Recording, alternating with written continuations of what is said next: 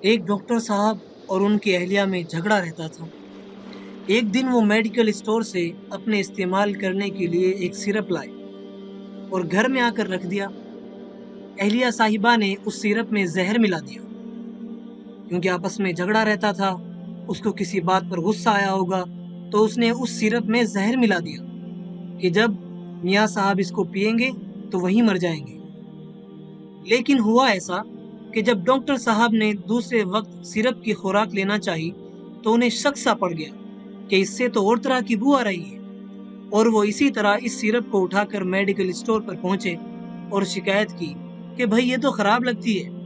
Store والے نے کہا، ڈاکٹر صاحب آپ کمال کرتے ہیں، یہ کیسے خراب ہو سکتا ہے؟